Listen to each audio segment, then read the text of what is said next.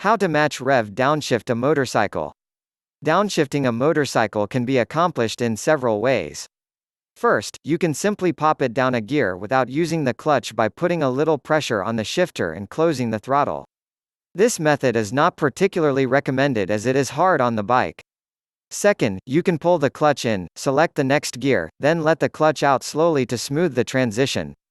Perhaps the best method, though, is the matched rev downshift method described below.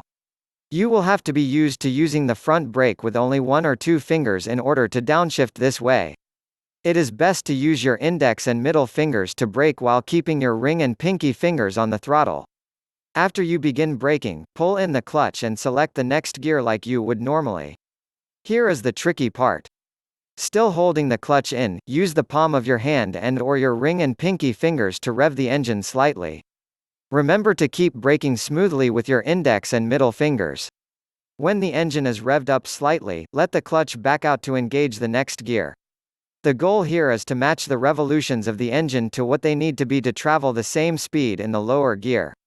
This smooths the transition between gears and eliminates the need to slip the clutch quite as much.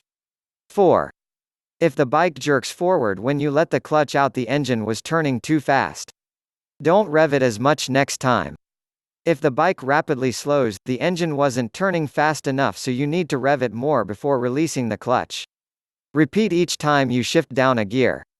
This technique is especially useful in the lower gears, which generally have a wider gap between gear ratios.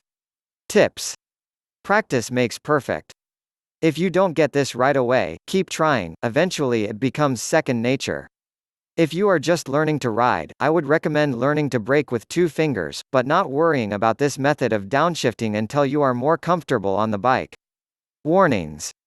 Find an empty lot or road with little traffic when first learning this technique, or any other new maneuver on a motorcycle for that matter.